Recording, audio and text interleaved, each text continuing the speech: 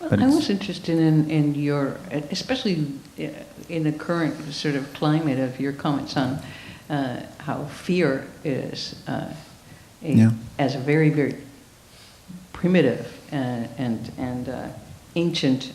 Well, I don't know if you could say emotion. No, sure. Yeah. Say emotion. I would. Okay, that is used so effectively now with our so-called incredible, rational, tapped-in culture who is able to analyze everything, gets all of this information, and yet so much of it is the amygdala culture that's that a culture of fear that we're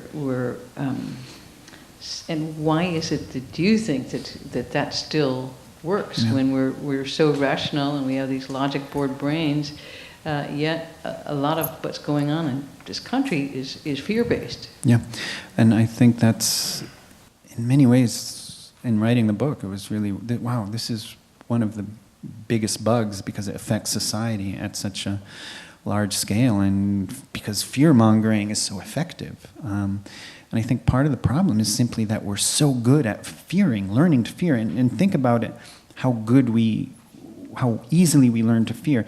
You can watch Laurie play the violin, or you can watch somebody juggle.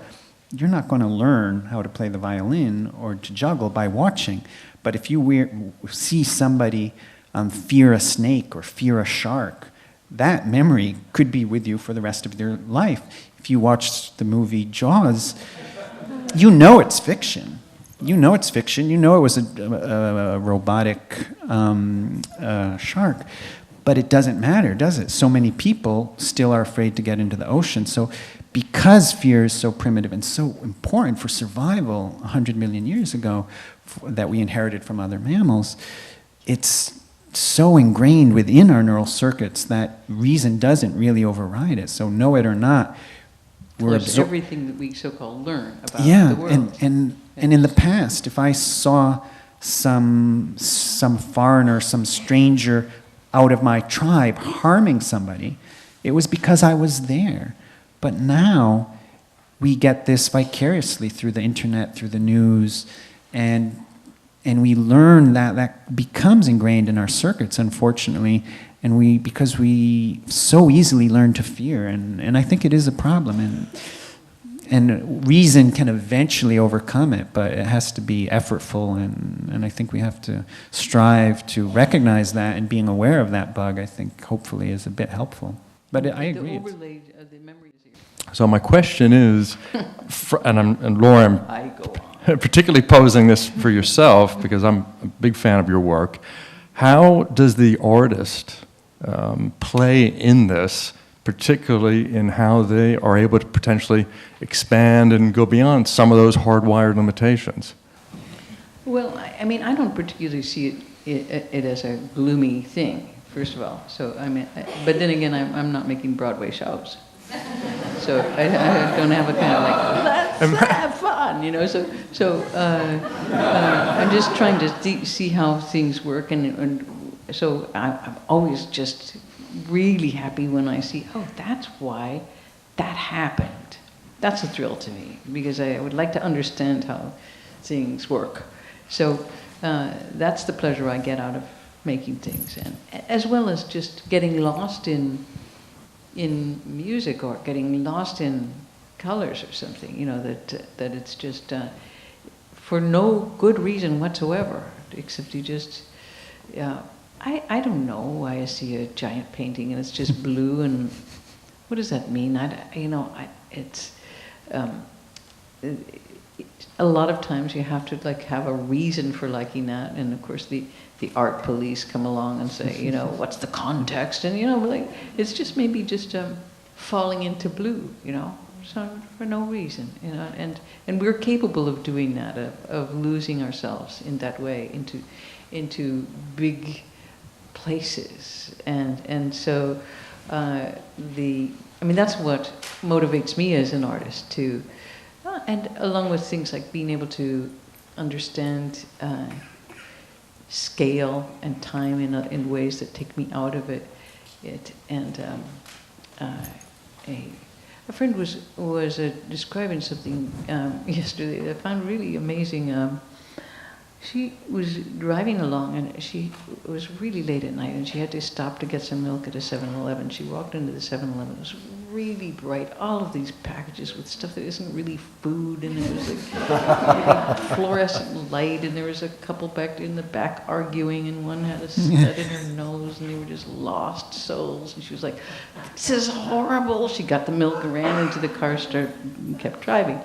And then she had a kind of like, she was, when you drive at night, it's like, you could get like, you just kind of sink into other, ways of using your mind. And for her, she just suddenly was projected 1,000 years into the future. And just one of these kind of hallucinations that happens. But she was a little speck that maybe was alive, maybe wasn't. Had a sense that it maybe had been alive at one point and was floating around 1,000 years from now. And then she was, okay, well, that's an interesting vision. But then suddenly this little speck went back into the 7-Eleven and saw the most beautiful colors of packages, all made by people who were trying to make wonderful things.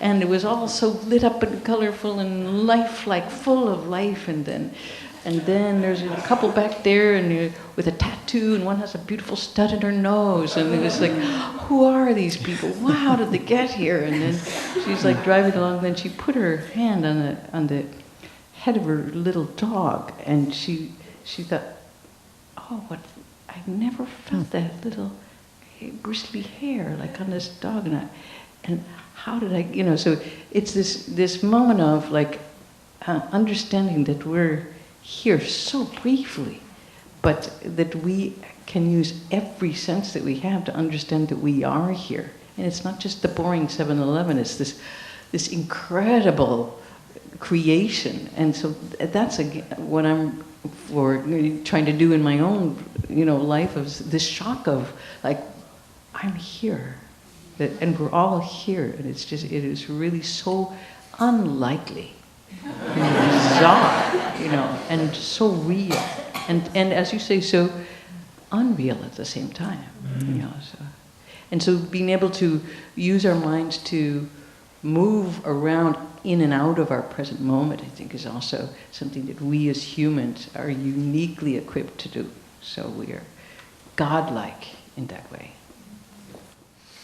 Well, that was well put. It's sort of hard to follow that, Laurie.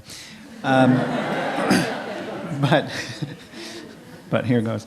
No, I mean, just to add to that, and in that, I think the paradox is, as people perceive a paradox in saying, well, it's hardwired, but if it's hardwired, how do you get that voyage to 1,000 years and back, and it's all created? And I'm just cautioning a bit against the word hardwired, and yes, and this goes back to metaphors, and that, yes, we use computer metaphors, or we used to use telephone switchboard metaphors, and those are crutches, and hardwire is one of the crutches. So it's not hardwired, right? Because we're talking about this archaic operating system that's written down in our genes that has the instructions on how to build a brain.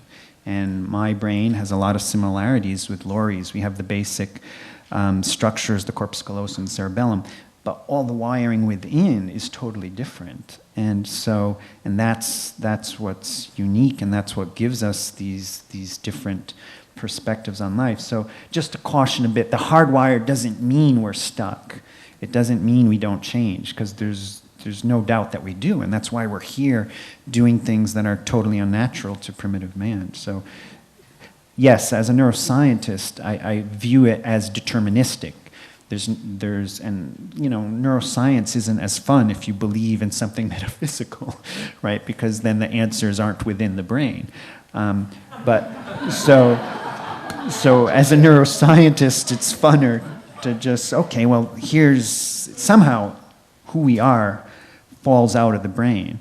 But it's not hardwired. It's something that's highly dynamic and emergent property. But the real trick is that to understand that, we're stuck with the brain that evolved 100,000 years ago. So we're sort of caught in a loop. And I think the counterintuitiveness, the paradox of saying, well, how the hell does an organ that's made up more or less of the same atoms as the liver generate these surreal, transcending feelings? And I think the problem is that, well, the brain didn't evolve to solve that problem. So we're sort of, it's this, it's a tough spot to be in. You pointed out too in one of your chapters is that, and while we're praising the speed of technology and all of the advantages of like how it can be, like, what are we using the internet for? Mostly pornography. Swift delivery of pornography. Yeah. So, which is quite ancient, I'm guessing, right? Yeah. True. I would take a last question, but I don't think we can.